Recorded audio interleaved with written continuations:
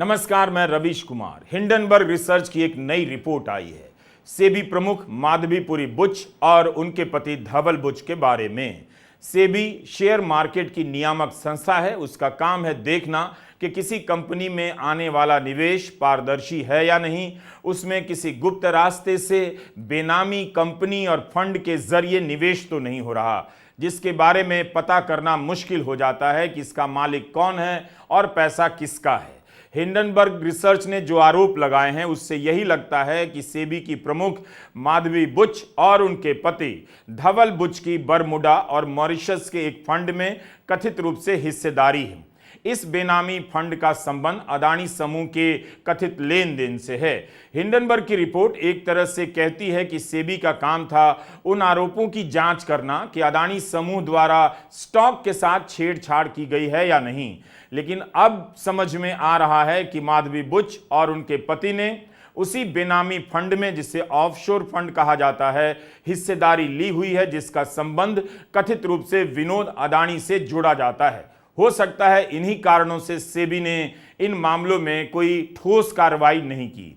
सेबी 1 साल से अदानी मामले की जांच कर रही है। एक मोड़ पर जाकर उसे जांच में कुछ भी नहीं मिला। तो क्या सेबी ने सुप्रीम कोर्ट से भी झूठ बोला? क्या भारत की संस्थाएं सुप्रीम कोर्ट से झूठ बोल सकती हैं? माधवी और धवल बुच ने प्रेस में एक बयान जारी किया है कि हम इन आधारहीन आरोपों का मजबूती से खंडन करते हैं। इसमें कुछ भी सच्चाई नहीं है। हमारे जितने भी निवेश हैं जिन्हें सेबी को बताना होता है, हमने हमेशा बताया है और हमें किसी भी एजेंसी या अथॉरिटी को सभी प्रकार के वित्तीय दस्तावेज उपलब्ध कराने में कोई हिचक नहीं होगी। उस दौर के भी दस्तावेज देने में जब हम सेबी में नहीं थे और एक निजी नागरिक, प्राइवेट सिटीजन की हैसियत से थे। यही नहीं, पूर्ण पारदर्शिता के लिए हम आने वाले समय में विस्तृत बयान जारी करेंगे। यह दुर्भाग्यपूर्ण है कि जिस हिंडनबर्ग के खिलाफ सेबी ने नोटिस जारी किया है, उसने जवाब में ऐसा चरित्र हनन करने का प्रयास किया है। तो माधवीपुरी बुच कहती हैं कि प्राइवेट सिटीजन की बात कर रही हैं। क्या इसमें कोई कैच है? इसमें कोई गेम है? आने वाले दिनों में पता चलेगा कि प्राइवेट सिटीजन के तौर पर उन्होंने इन बेनामी फंड में कोई निवेश किया था या नहीं किया था। उनका खंडन आ गया है। जिन पर आरोप लगा है उन्हीं का खंडन है। जांच तो हुई नहीं। अदानी समूह पर आरोप लगा तो इसकी जांच सेबी को करनी थी। अब सेबी की प्रमुख पर आरोप लगा है तो क्या यह खंडन काफी माना जाएगा? तृणमूल कांग्रेस ने मांग की है कि इन्हें सस्पेंड किया जाए और सुप्रीम कोर्ट की निगरानी में इस मामले की जांच हो। जिन पर आरोप लगा है उनका खंडन है। अदानी समूह पर आरोप लगा तो इसकी जांच सेबी को करनी थी। अब सेबी की प्रमुख पर आरोप लगा है तो क्या खंडन काफी होगा? जांच कौन करेगा? आरोप केवल निवेश का नहीं है, यह भी है कि माधवी बुच के पति ब्लैकस्टोन कंपनी में सलाहकार थे और माधवी सेबी की अधिकारी। ब्लैकस्टोन के 2 रियल एस्टेट इन्वेस्टमेंट ट्रस्ट को शेयर बेचने की अनुमति सेबी देती है। ब्लैकस्टोन दुनिया की एक बड़ी रियल एस्टेट कंपनी है। आरोप लग रहा है और इसकी जांच होनी भी चाहिए कि क्या सेबी ने इस कंपनी को मदद पहुंचाई जिसमें उनके पति सलाहकार थे। क्या यह भी झूठ है? Real estate investment trust real estate में एक प्रकार का निवेश का जरिया है। निवेश जगत में इसे REIT कहते हैं। भारत में पहली बार 2019 में REIT बनाने की अनुमति दी जाती है। हिंडनबर्ग रिसर्च ने पर्दाफाश किया है कि अप्रैल 2019 में भारत में लॉन्च होने वाला सबसे पहला real estate investment trust embassy Blackstone नाम की फर्म द्वारा स्पॉन्सर्ड था। इस ब्लैकस्टोन को 3 महीने बाद धवल बुच ने वरिष्ठ सलाहकार के तौर पर ज्वाइन किया। इसके बाद माधवी बुच जब सेबी में मेंबर थी और उनके पति ब्लैकस्टोन में वरिष्ठ सलाहकार, तब ब्लैकस्टोन के स्पॉन्सर किए हुए 2 और ट्रस्ट माइंडस्पेस और नेक्सस सेलेक्ट ट्रस्ट को सेबी ने पब्लिक IPO लाने की इजाजत दी और ये REIT की नई बनी इन्वेस्टमेंट क्लास में लॉन्च होने वाले दूसरे और चौथे ट्रस्ट बन गए। क्या सेबी और माधवी बुच ने उस कंपनी के लिए रास्ते आसान किए जिसमें उनके पति सलाहकार थे? कई कॉन्फ्रेंस में माधवी बुच ने जोर देकर कहा है, REIT मेरा favourite product of the future है। यानी REIT में निवेश करने के लिए प्रोत्साहित कर रही थीं, वो भी सेबी प्रमुख होते हुए। लेकिन उस वक्त क्या यह बताया गया कि अगर आप REIT में निवेश करेंगे तो उस कंपनी को भी फायदा होगा जिसमें उनके पति सलाहकार हैं। अब इस बात की जांच तो केवल 2-3 घंटे में हो सकती है और सही निकलने पर माधवी बुच का इस्तीफा हो सकता है। अगर यह सही हुआ तो इसका मतलब सेबी की कोई साख नहीं बची। इस संस्था को कोई भी अपने हिसाब से मैनेज कर रहा होगा और न जाने कितने लोगों ने मैनेज कर लूटा होगा। इसलिए इसकी जांच 3 घंटे में हो जानी चाहिए कि माधवी बुच के पति ब्लैकस्टोन में सलाहकार थे और उस वक्त माधवी बुच ने ब्लैकस्टोन के 2 REIT को मंजूरी दी थी। माधवी और धवल बुच ने जो बयान जारी किए हैं उसमें इन बातों पर सफाई नहीं है। अगर यह बात सही भी है तो यह हितों के टकराव का भयंकर और आपराधिक मामला है कि मोदी अडानी भाई भाई देश बेच के खाई मलाई। क्योंकि 18 महीने पहले हिंडनबर्ग की एक रिपोर्ट आई जिससे पूरा देश और पूरी दुनिया अचंभित रह गए। वो रिपोर्ट क्या कह रही थी? वो रिपोर्ट यह कह रही थी कि दुनिया के तमाम घोटालेबाजों को इकट्ठा करके भारत से मनी लॉन्ड्रिंग करके अडानी ने हजारों करोड़ रुपए मॉरिशस में फर्जी कंपनियां बना के चैन चुंग लिंग, नासिर अली, इन लोगों के माध्यम से फर्जी कंपनियां बना के हजारों करोड़ रुपए लगाया और उन्हीं कंपनियों के जरिए गौतम अडानी का भाई विनोद अडानी भारत में शेयर बाजार को बढ़ाने के लिए, अपने कंपनियों के शेयर को बढ़ाने के लिए, अपने कंपनियों के शेयर को ओवर वैल्यू करने के लिए, यानी वास्तविक वैल्यू शेयर की उतनी नहीं है, उसमें फर्जी कंपनियां बना के विदेशों से पैसा लगाया गया और शेयर का दाम बढ़ाया गया। वास्तविक दाम शेयर का उतना नहीं है, लेकिन बाहर से फर्जी कंपनियां बना के विनोद अडानी के माध्यम से हजारों करोड़ रुपए हिंदुस्तान में अडानी की कंपनी में लगाया गया, उसके शेयर का दाम बढ़ाया गया और जब हिंदुस्तान के छोटे निवेशक, आम आदमी, मिडिल क्लास के लोग उस शेयर को बढ़े दामों पे खरीदते हैं तो कुछ दिन बाद वो शेयर की वैल्यू जब घटती है तो उनका पैसा डूब जाता है। माधवी बुच ने कहा है कि कोई भी एजेंसी उनसे जो भी दस्तावेज मांगेगी वो उसे उपलब्ध करा देगी। भारत में एजेंसियों की क्या हालत है आप जानते हैं, लेकिन जांच की नैतिकता दिखावे के लिए ही सही इतना तो कहती है कि पद से इस्तीफा दीजिए और जांच होने दीजिए। उन्होंने खंडन वाले बयान में ऐसा कुछ भी नहीं कहा कि इसकी निष्पक्ष जांच होनी चाहिए और हम पद छोड़ रहे हैं, क्योंकि जिस प्रकृति का आरोप है उसकी जांच तो उन्हीं तरीकों से होगी जैसे सेबी अन्य मामलों में करती है, क्योंकि आरोप दूसरे देश में टैक्स बचाने या किसी और रास्ते से निवेश करने के अकाउंट खोलने का है। भारतीय समय के अनुसार हिंडनबर्ग ने सुबह 5:30 बजे ही ट्वीट कर दिया कि भारत से जुड़ी एक बड़ी खबर आने वाली है, तो बहुत अधिक हंगामा नहीं हुआ, लोग मगर इंतजार जरूर करते रहे इस सवाल और संदेह के साथ कि 1.5 साल से इस देश ने हिंडनबर्ग रिसर्च की रिपोर्ट को लेकर कितना कुछ देखा, अब इसके पास ऐसा क्या नया होगा जिससे हैरानी होगी, सनसनी होगी या कोई बड़ा मामला सामने आएगा। कुछ भी तो नहीं हुआ। सुप्रीम कोर्ट में सुनवाई चलती रही। राहुल गांधी ने हर रैली, हर भाषण में अदानी समूह पर आरोप लगाया। जयराम रमेश ने जेपीसी की मांग और सेबी को लेकर कई बार डिटेल में प्रेस रिलीज जारी की। जब इसके बाद भी कुछ नहीं हुआ तो हिंडनबर्ग के पास पर्दाफाश करने के लिए क्या बचा होगा। शनिवार दिन भर और शाम तक लोग अटकलें लगाते रहे। पिछले 1.5 साल में अदानी समूह को लेकर मीडिया में कई खोजी रिपोर्ट आ चुकी है। हर तूफान आया और टकराकर चला गया। भारत की व्यवस्था के पेट में कहां समा गया पता नहीं चला। मगर शनिवार की रात जब हिंडनबर्ग रिसर्च की रिपोर्ट आई तो उसकी यह रिपोर्ट अडानी मामले से भी ज्यादा सिहरन पैदा कर गई। सेबी की चीफ, जिसका काम है कंपनियों के हिसाब किताब और लेन देन पर नजर रखना, कहां से पैसा लगाया जा रहा है, लगाने वाला कौन है, इसका पता रखना, उसी की मुखिया की भूमिका पर बड़ा सवाल उठ गया। हिंडनबर्ग के नए खुलासे के बाद कई नए सवाल आते हैं।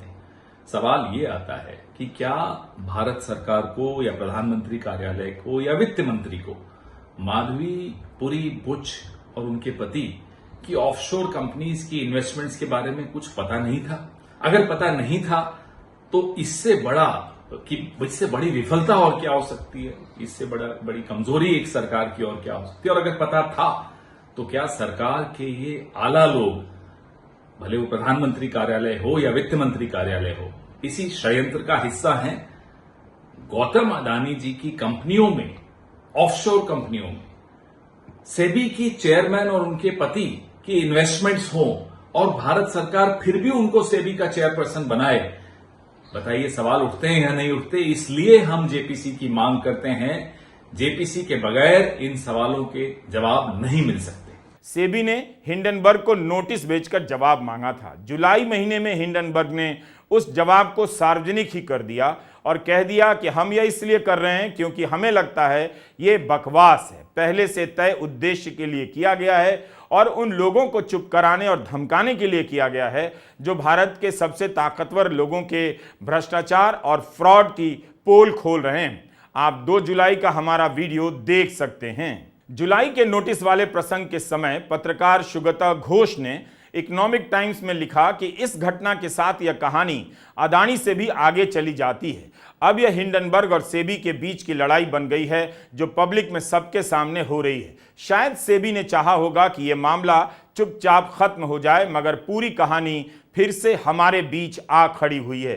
क्या माधवीपुरी बुच इस्तीफा देंगी या केवल सफाई देने की औपचारिकता निभाकर प्रमुख बनी रहेंगी? उन पर आरोप एक नहीं कई हैं। जुलाई के महीने में ही इस्तीफा मांगा जा रहा था। माधवी बुच जब तक इस पद पर हैं, अडानी मामले में निष्पक्ष जांच को लेकर सवाल उठते रहेंगे और अब खुद उन पर गंभीर आरोप लगे हैं तो उनकी जांच बिना इस्तीफा दिए कैसे होगी? जनवरी 2023 में हिंडनबर्ग रिसर्च की रिपोर्ट आई थी। हर समय आप नहीं कह सकते कि हिंडनबर्ग अस्थिरता पैदा करना चाहता है ताकि शेयरों के दाम गिरे, कम दाम में खरीद कर फिर वो मुनाफा कमाना चाहता है। इसलिए बार बार साजिश वाली थ्योरी का कोई मतलब नहीं कि कोई अदृश्य हाथ भारत के बिजनेस को अस्थिर करना चाहता है। ऐसा अगर कोई अदृश्य हाथ है तब फिर सरकार ने जेपीसी की मांग क्यों नहीं मानी? ऐसा कुछ करती सरकार जिससे मिल्क का मिल्क एंड वाटर का वाटर हो जाता। 1.5 साल में भारत सरकार की कोई भी एजेंसी इसका पर्दाफाश नहीं कर पाई कि हिंडनबर्ग रिसर्च फ्रॉड है। कहीं ऐसा तो नहीं कि विदेशी हाथ का हवा खड़ा करने वाले अपने ही हाथ को अदृश्य बता रहे हैं? क्या मोदी सरकार अब सेबी चीफ के साथ खड़ी नजर आएगी? ऑफशोर का मतलब आप समझते होंगे, बेनामी ही समझिए। ऐसी कंपनी जो देश के बाहर पंजीकृत होती है, जिसका मालिक कौन है पता नहीं, जिसमें पैसा किसका लगा है पता नहीं। ऑफशोर शब्द का यह मतलब मात्र 54 साल पुराना है। विदेशों में कंपनी बनाकर टैक्स का पैसा बचाने के लिए यह सब खेल खेला जाने लगा। इतना ज्यादा बढ़ गया कि 1969 में ऑफशोर शब्द का यह मतलब ऑक्सफोर्ड इंग्लिश डिक्शनरी में अलग से दर्ज कर लिया गया। हिंडनबर्ग रिसर्च ने अपने रिपोर्ट में लिखा है कि अडानी समूह को नियामक संस्था का डर नहीं रहता। उसके इस आत्मविश्वास को सिर्फ सेबी की चीफ माधवी बुच और समूह के रिश्तों से ही समझा जा सकता है। हमें भी तब पता नहीं था कि मौजूदा सेबी चीफ माधवी बुच और उनके पति धवल बुच ने उसी बरमुडा और मॉरिशस के फंड में छिपकर हिस्सेदारी ली हुई है जिसका कथित रूप से इस्तेमाल गौतम अडानी के बड़े भाई विनोद अडानी ने किया है। सिंगापुर में 5 जून 2015 को माधवी और धवल बुच ने IPE प्लस फंड 1 के साथ अपना अकाउंट खोला। इंडिया इन्फोलाइन नाम की फाइनेंशियल कंपनी में इसकी जानकारी मौजूद है। इसमें लिखा है कि बुच दंपति की आमदनी का जरिया वेतन बताया गया है। इंडिया इन्फोलाइन की जानकारी में लिखा है कि दोनों की नेटवर्थ $10 मिलियन की है, यानी भारतीय रुपए में 84 करोड़। इस अकाउंट के खोलने के 2 साल बाद अप्रैल 2017 में माधवी बुच को सेबी का पूर्णकालिक सदस्य बना दिया गया था। लिंक्डइन प्रोफाइल से यह सूचना मिलती है। यह नियुक्ति राजनीतिक तौर पर की जाती है, सेबी वित्त मंत्रालय के अधीन आती है। हिंडनबर्ग रिसर्च का दावा है कि सेबी में सदस्य बनाए जाने से कुछ सप्ताह पहले 22 मार्च 2017 को माधवी बुच के पति धवल बुच ने मॉरिशस के फंड प्रशासक ट्राइडेंट ट्रस्ट को ईमेल लिखा। इसका दस्तावेज हिंडन रिसर्च के पास है। यह email global dynamic opportunity fund GDOF में निवेश करने के लिए लिखा गया। इस पत्र में माधवी बुच के पति धवल बुच ने गुजारिश की कि इस अकाउंट को चलाने के लिए केवल उन्हीं को अधिकृत किया जाए। ऐसा लगता है कि राजनीतिक रूप से नियुक्ति के पहले यह पैसा वे अपनी पत्नी से अलग करना चाहते थे। 26 फरवरी 2018 को अकाउंट का स्टेटमेंट माधवी बुच के प्राइवेट मेल में जाता है। इसका भी डिटेल हिंडनबर्ग के पास है। यही वो फंड है जिसका कथित रूप से विनोद अदानी ने इस्तेमाल किया। उस समय बुच की हिस्सेदारी करीब $9.25 लाख की बताई गई है। इसके बाद 25 फरवरी 2018 को माधवी बुच ने इंडिया इन्फोलाइन को अपने निजी ईमेल आईडी से ईमेल भेजा और अपने पति के नाम पर बिजनेस करते हुए इस इकाई में मौजूद राशि को भुनाने की बात कही। यह जानकारी भी हिंडनबर्ग के पास विसल ब्लोअर द्वारा दिए गए दस्तावेजों में मौजूद है। याद रखिएगा, माधवी बुच पहली महिला थीं जिन्हें पूर्णकालिक सदस्य बनाया गया। बाद में 2 मार्च 2022 को उन्हें चेयरपर्सन बनाया गया। अप्रैल 2017 से 2022 के बीच सिंगापुर की एक ऑफशोर कंसल्टिंग फर्म अगोरा पार्टनर में माधवी 100% शेयर धारक थी। यह जानकारी उस कंपनी के 2014 के सालाना रिटर्न में दर्ज है। हिंडनबर्ग के अनुसार मार्च 2022 में अध्यक्ष बनने के 2 हफ्ते के बाद 16 मार्च को उन्होंने चुपचाप अपने शेयर अपने पति के नाम कर दिए। हिंडनबर्ग ने यह जानकारी सिंगापुर के शेयर ट्रांसफर रिकॉर्ड से निकाली है। इसका मतलब है बतौर अध्यक्ष अपने कार्यकाल के शुरुआती 2 हफ्तों में इस कंपनी में उनका सीधा निवेश था, जिसे बाद में उन्होंने अपने पति के नाम कर दिया। मई 2013 में अगोरा एडवाइजरी नाम की एक कंसल्टेंसी कंपनी भारत में बनाई जाती है। आज की तारीख में माधवी बुच के पास इस कंपनी में 99% स्टेक है। उनके पति इसी कंपनी में निदेशक हैं। 2022 में यह कंपनी करीब 20 लाख रुपए का कारोबार करती है, जो सेबी की पूर्णकालिक सदस्य होने के तौर पर माधवी बुच की घोषित तनख्वाह से 4 गुना से भी ज्यादा अधिक है। हिंडनबर्ग ने लिखा है कि लंबी कहानी का सार यही है कि सेबी प्रमुख के पास नियमित हजारों मान्यता प्राप्त और प्रतिष्ठित भारतीय म्यूचुअल फंड में पैसा लगाने का विकल्प था, लेकिन सेबी की प्रमुख और उनके पति ने ऑफशोर फंड में, बेनामी फंड में पैसे लगाए। ऐसा करने के लिए उन्होंने अलग अलग देशों के कानूनों को पार करते हुए कई परतों के पीछे छिपाए गए छोटे छोटे फंड में पैसे लगाए। जिस कंपनी में पैसा लगाया उसे अदानी के एक निदेशक चलाते हैं, जिसका कथित रूप से विनोद अदानी ने अदानी समूह के लेन देन में इस्तेमाल किया है।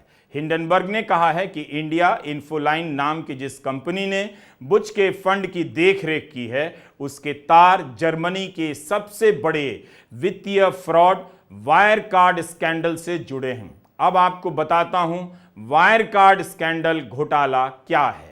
जर्मनी का यह सबसे बड़ा वित्तीय घोटाला है। 2016 में जटारा नाम के शॉर्ट सेलर ने अपनी रिपोर्ट में जर्मनी की पेमेंट कंपनी वायर कार्ड की पोल खोल दी। बताया कि इसके वरिष्ठ अधिकारियों ने मनी लॉन्ड्रिंग की है और मास्टर कार्ड, वीजा कार्ड के साथ फ्रॉड किया है। इस रिपोर्ट के बाद वायर कार्ड के फ्रॉड को लेकर मीडिया में कई और रिपोर्ट आती है। वायर कार्ड फाइनेंशियल टाइम्स के खिलाफ केस कर देती है, जो एक रिपोर्ट में दावा करती है कि कंपनी के एक निदेशक ने फ्रॉड किया है। यह वही फाइनेंशियल टाइम्स है जिसके स्तर का न्यूज़ चैनल अदानी भारत में बनाना चाहते थे। वही फाइनेंशियल टाइम्स जिसने अदानी समूह के बेनामी लेन देन पर अपनी रिपोर्ट को हटाने से मना कर दिया। वायर कार्ड की कहानी भी हिंडनबर्ग रिसर्च के बाद की कहानी से मिलती जुलती है। उस समय जटारा शॉर्ट सेलर ने रिपोर्ट प्रकाशित की। अब जब ऑडिट करने वाली कंपनी केपीएमजी वायर कार्ड का ऑडिट करती है तो उसे पता चलता है कि फाइनेंशियल टाइम्स ने जो आरोप लगाए उसके जवाब में पूरे दस्तावेज नहीं दिए गए। याद कीजिए, भारत में डेलॉइट कंपनी ने अदानी का ऑडिटर होने से इनकार कर दिया जब पाया कि कुछ संबंधित लेन देन की जानकारी नहीं दी जा रही है, और अदानी समूह हिंडनबर्ग मामले में स्वतंत्र ऑडिट के लिए राजी नहीं हुआ। 2020 में एक अन्य audit company Ernst and young पाती है कि वायरकार्ड ने फ्रॉड किया, करीब 2 अरब यूरो की पूंजी को लेकर झूठ बोला, भारतीय रुपए में करीब 18,000 करोड़।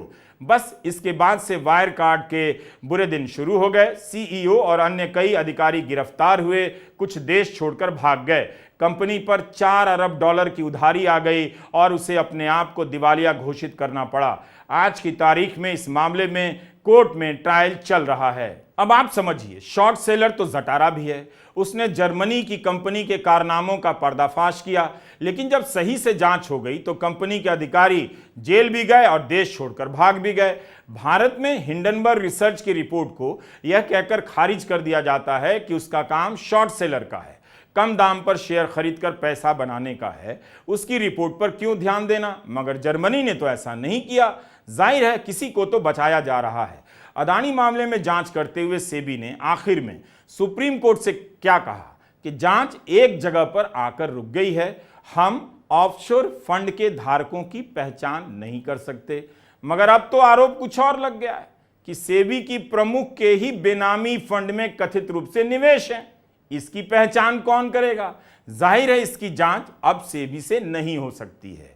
इस पर सुप्रीम कोर्ट ने कहा था कि सेबी इस सवाल से चिंतित तो लगती है कि अदानी के ऑफशोर धारकों को किसने फंड किया, मगर यह साफ है कि उसकी जांच में कोई निष्कर्ष नहीं निकला है। इस बिना निष्कर्ष की जांच को अदानी के लिए क्लीन चिट के रूप में पेश किया गया। अब सेबी के चीफ के ही ऑफशोर फंड में खाता होने की रिपोर्ट आई है। क्या सेबी ने सुप्रीम कोर्ट से झूठ बोला होगा? हिंडनबर्ग ने लिखा है कि अगर सेबी सच में ऑफशोर फंड धारकों को ढूंढना चाहती तो सेबी की अध्यक्ष को आईने में अपने आप को देखना चाहिए। हिंडनबर्ग ने लिखा है कि हमें इस बात पर कोई हैरानी नहीं है कि सेबी एक ऐसी जांच में आगे नहीं बढ़ना चाहती थी जो उसकी खुद की प्रमुख तक पहुंच जाती। कि हम ऐसे जुड़े 13 मामलों की जांच कर रहे हैं और ये कर रहे हैं, वो कर रहे हैं, और बाद में कह रहे हैं हमें पता नहीं है कि कहां तक ये जांच जाएगी। ये एक दिशाहीन जांच है। हुजूर कुछ गड़बड़ी तो हुई है, लेकिन हम बता नहीं सकते गड़बड़ी किसने की है। क्या करिए सीबी सुप्रीम कोर्ट में, हुजूर कुछ गड़बड़ी तो हुई है, किसने गड़बड़ी की है, क्या गड़बड़ी की है, यह हम बता नहीं सकते। और यह जांच दिशाहीन है, अंतहीन है, किस ओर जाएगी, कब तक चलेगी, यह हमें पता नहीं। तो क्यों बोला सेबी ने? सेबी अध्यक्ष ने क्यों बोला ये? इसका खुलासा कल हिंडनबर्ग की नई रिपोर्ट में हुआ है। और वो क्या कहती है नई रिपोर्ट? कि सेबी की अध्यक्ष माधवीपुरी बुच और उनके पति धवल बुच ने लगभग $10 मिलियन उन्हीं फर्जी कंपनियों में लगाए हैं, उन्हीं फंड्स में लगाए हैं जिसकी इनको जांच करनी थी। यानी जिस भ्रष्टाचार के मामले की जांच सेबी अध्यक्ष को करनी थी, वहीं पर इनका पैसा लगा हुआ है, वहीं पे इनका इन्वेस्टमेंट हुआ है लगभग $10 मिलियन। और ये एक विसिल ब्लोअर के माध्यम से इस बात का खुलासा हुआ। आप मुझे बताइए, जिन कंपनियों के, जिनके भ्रष्टाचार के, जिन मामलों की जांच स्वयं सेबी को करनी थी, अगर सुप्रीम कोर्ट ने कहा कि आप जांच करेंगे इसकी, तो माधवी बुच ने क्यों नहीं बताया कि हुजूर मैं जांच नहीं कर सकती, क्योंकि हमारा मामला, हमारा पैसा तो और हमारे पति का पैसा तो खुद ही इन फंड्स के ऊपर लगा हुआ है। हमेशा की तरह जुलाई की रिपोर्ट आने के बाद अदानी समूह ने खंडन कर दिया था। वो खंडन ना भी करें तो भी आप अपनी तरफ से खंडन कर दीजिए, आपके खंडन का कोई खंडन नहीं आएगा। 1 जुलाई 2024 को हिंडनबर्ग ने एक मुलाकात का हवाला दिया कि 2022 में गौतम अदानी 2 बार सेबी की अध्यक्ष से मिले थे। 12 अक्टूबर 2022 के हिंदू बिजनेस लाइन में पलक शाह की ये रिपोर्ट है, जिसके हेडलाइन में ही लिखा है, अदानी का सेबी के दफ्तर में जाना सरप्राइज विजिट था। पलक ने सूत्रों के हवाले से खबर लिखी कि 4 हफ्ते के भीतर 2 बार अदानी सेबी की तत्कालीन चीफ माधवी बुच से मिलने गए। रिपोर्ट के अनुसार ऐसा करने वाले वे पहले हाई प्रोफाइल बिजनेसमैन थे। हिंडनबर्ग ने लिखा है कि इनमें से एक मुलाकात अदानी समूह द्वारा 10.5 बिलियन की लागत से एसीसी और अंबुजा सीमेंट कंपनियों के सौदे को लेकर चर्चा के बारे में थी। रॉयटर्स के अनुसार इस सौदे में सेबी खास तौर पर सौदे को फंड करने के लिए इस्तेमाल हुए ऑफशोर स्पेशल पर्पस व्हीकल्स की जांच कर रही थी। बाद में ये ऑफशोर खाते कथित रूप से विनोद अदानी के बताए गए। ये आपकी जानकारी हमेशा ही सीमित रहेगी और भरमा दिया जाएगा। आंखों के सामने एक नाटक चल रहा है, मगर आपको इसकी खबर नहीं। पर्दे के पीछे से कौन कठपुतली का हाथ खींच रहा है आप नहीं जानते।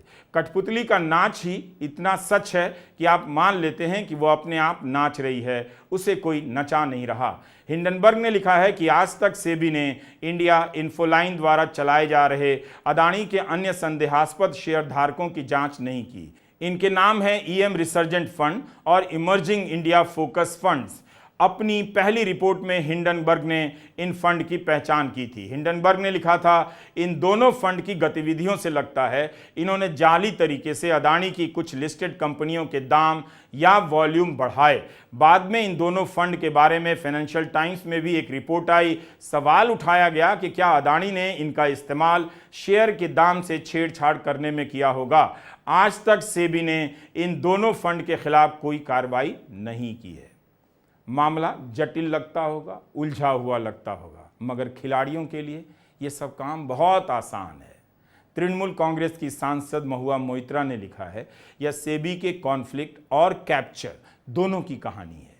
सेबी की अध्यक्ष अदानी समूह में गुप्त रूप से निवेशक हैं। अदानी के समधी सिरिल श्रॉफ सेबी की कॉरपोरेट गवर्नेंस कमेटी के सदस्य हैं। हैरानी नहीं है कि सेबी को भेजी गई शिकायतों पर कोई ध्यान नहीं देता है। महुआ मोइत्रा ने ईडी को टैग कर लिखा है कि क्या आप सेबी प्रमुख के खिलाफ मनी लॉन्ड्रिंग का केस दायर करने वाले हैं। तृणमूल के ही सांसद साकेत गोखले ने ट्वीट किया है कि यह रिपोर्ट इस बारे में भी गंभीर सवाल खड़े करती है कि आज तक सेबी की अध्यक्ष ने बीजेपी के कथित एग्जिट पोल स्कैम की जांच पड़ताल नहीं की। जबकि तृणमूल कांग्रेस ने अपना पक्ष रखा। इंडिया गठबंधन के सांसद सेबी के अधिकारियों से मुंबई में मिले। साकेत गोखले ने सवाल किया है कि क्या सेबी सच में स्वायत्त संस्था है भी। कांग्रेस महासचिव जयराम रमेश ने कहा है कि संसद 12 अगस्त तक चलने वाली थी, लेकिन अचानक इसे 9 अगस्त को अनिश्चित काल के लिए स्थगित कर दिया गया। अब समझ में आया कि क्यों किया गया। संजय सिंह ने भी यही सवाल किया है कि संसद का सत्र अचानक पहले क्यों स्थगित किया गया। अगर संसद स्थगित नहीं होती तो 12 अगस्त को इस मसले पर संसद के दोनों सदनों में हंगामा हो रहा होता। जयराम रमेश ने लिखा है, माधवी बुच और धवल बुच ने बरमूडा और मॉरिशस के बेनामी फंड में पैसा लगाया, जिसमें विनोद अदानी और उनके सहयोगी चांग चुंग लिंग और नासिर अली शाहबान अहली ने भी पैसा लगाया, ताकि सेबी के नियमों और नजरों से बचकर अदानी समूह में हिस्सेदारी खरीदी जाए, पैसा बनाया जाए। मोटा मोटी बात यह है कि आप हम सब टैक्स देते हैं, पाई पाई का हिसाब सरकार को देते हैं, लेकिन ये लोग कितने साहसी हैं, किस आधार पर इतना बड़ा खेल खेल जाते हैं। टैक्स से बचने के लिए, पैसा छिपाने के लिए किसी दूसरे देश में खाता खोल लेते हैं। कब तक ऐसी रिपोर्ट को खंडन के नाम पर टाला जाएगा? इसकी जांच इस तरह से कब होगी कि सबका भरोसा बने? हर कुछ महीने पर इससे जुड़ी कोई रिपोर्ट आ जाती है, फिर भुला दिया जाता है। इस रिपोर्ट में काफी कुछ है, हमने कुछ हिस्सा छोड़ा भी है। वैसे ही जैसे आपने नियति पर इस देश का हाल छोड़ दिया है कि अब यहां ऐसे लोगों का कुछ भी नहीं हो सकता। नमस्कार, मैं रवीश कुमार।